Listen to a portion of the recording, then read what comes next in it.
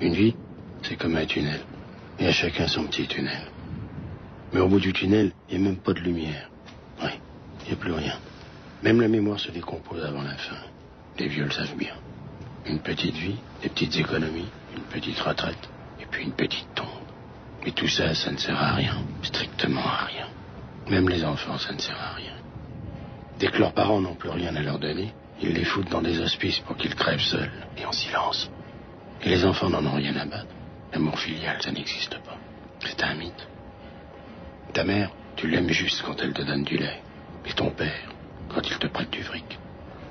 Mais quand les seins de ta mère se sont desséchés et qu'il n'y a plus de lait à en tirer, ou quand les poches de ton père se sont vidées de leur fric, alors il n'y a plus qu'à les mettre dans un placard lointain, en espérant qu'ils meurent d'une maladie rapide et pas trop coûteuse.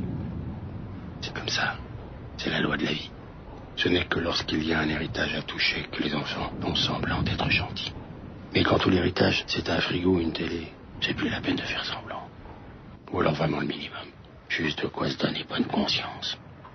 Un coup de fil par mois et quelques larmes au moment de leur enterrement. Mais on est quitte avec son devoir. L'amour, l'amitié, tout ça c'est du pipeau. Ce sont des illusions. Des illusions de jeunesse qu'on entretient pour cacher que tous les rapports humains ne sont que du petit commerce. Parler d'amitié et d'amour, ça nous arrange. Mais par calcul. La réalité, elle est beaucoup plus vénale. Ta mère, tu l'aimes parce qu'elle te nourrit et t'empêche de mourir. Ton ami, tu l'aimes parce qu'il te trouve un travail qui te donne à manger et t'empêche de mourir. Et ta grosse, tu l'aimes parce qu'elle te fait la cuisine, te vide les couilles et te fait des enfants qui devront te protéger quand tu seras trop vieux. Et que tu auras peur de mourir. Mais il suffit d'avoir giflé une seule fois son monde pour qu'il se venge quand tu seras vieux. En fait, cette gifle, ça l'arrange énormément.